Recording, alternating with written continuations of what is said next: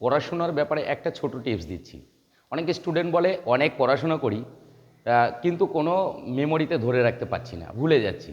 তাদের জন্য একটা ছোট টিপস।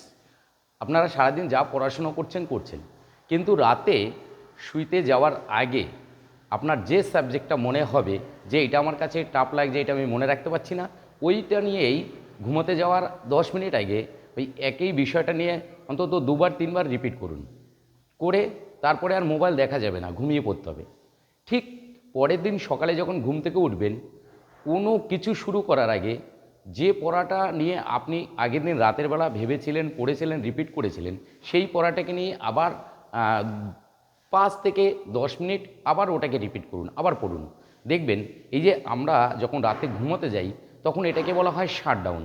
এই সময় আমাদের শরীর ছেড়ে দেয়, মেমোরি রিল্যাক্স হয়, আমরা ঘুমিয়ে পড়ি। আবার যখন সকালে উঠি তখন আবার আমাদের জীবনটা নতুন করে শুরু হয়। তো এই যে শুরু আর শেষ, এই দুটো নিয়ে যে বিষয়টা নিয়ে শুরু হবে সেই বিষয়টা আমাদের মাথা থেকে যাবে না। তাই আপনারা এই টিপসটাকে ফলো করবেন। নমস্কার।